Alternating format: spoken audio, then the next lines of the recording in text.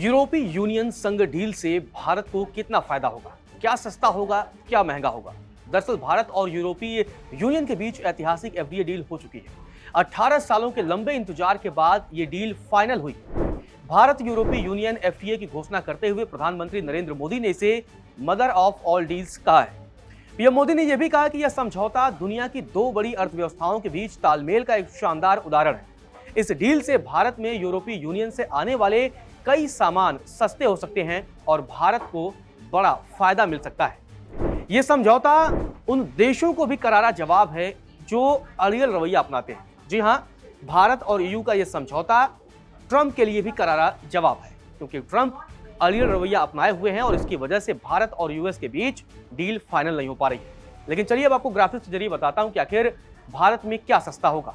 Mercedes, BMW, Porsche जैसी luxury कारें सस्ती होंगी। 16.3 लाख से अधिक के दाम वाली कारों पर सिर्फ 40% टैरिफ लगेगा, जिससे ये सस्ती होंगी। इसके अलावा विमान, इलेक्ट्रॉनिक्स उपकरण, केमिकल्स, आधुनिक चिकित्सा के उपकरण और मेटल स्क्रैप ये भी सस्ते होंगे। यूरोप से आने वाली शराब की कीमतें भी घटेंगी। यूरोप से आने वाले चॉकलेट के दाम भी सस्ते होंगे।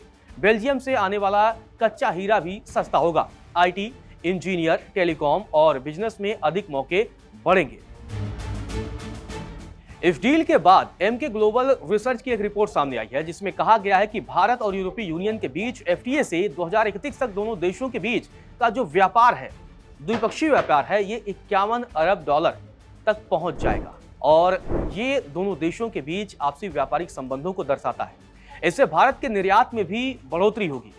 यूरोप में भारतीय सामान जैसे टेक्सटाइल यानी कि कपड़े, garments, James and jewellery, engineering goods और प्रोसेस्ड फूड समेत कई चीजों को बेहतर पहुंच और कम टैरिफ लगेगा।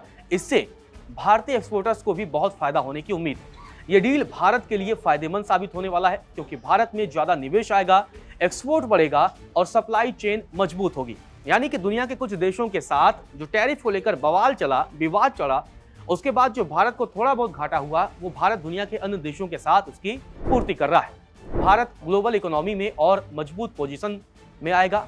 वहीं ईयू को भारत जैसे बड़े और तेज बढ़ते बाजार में बेहतर एक्सेस मिलेगा। इससे ईयू का भी फायदा होगा। सप्लाई चेन ज्यादा भरोसेमंद बनेगी और दोनों का कारोबार परवान चढ़ेगा। यूरोपीय संघ भारत का बड़ा व्यापारिक भागीदार है। वित्त वर्ष 2024-25 में दोनों के बीच वस्तुओं का जो बायलैटरल बिजनेस रहा, वो 136.53 अरब अमेरिकी डॉलर के आसपास का रहा। इसमें भारत का निर्यात 75.85 अरब अमेरिकी डॉलर रहा और आयात 60.68 अरब अमेरिकी डॉलर रहा। मतलब भारत और ईयू के बीच जो बायलैटरल बिजनेस है, उसमें भारत प्रॉफिट सिचुएशन में है। यानी भारत को ज्यादा फायदा होता है, क्योंकि भारत का निर्यात अधिक है और आयात कम है। इसके अलावा यूरोपीय संघ भारत में एक बहुत बड़े निवेशक के तौर पर भी जाना जाता है। अप्रैल 2000 से लेकर सितंबर 2024 तक अगर हम बात करें, तो एफडीआई के जरिए यानी कि प्रत्यक्ष विदेशी निवेश के जरिए 117.4 अरब अमेरिकी डॉलर का निवेश यूरोपीय यूनियन ने भारत में किया है।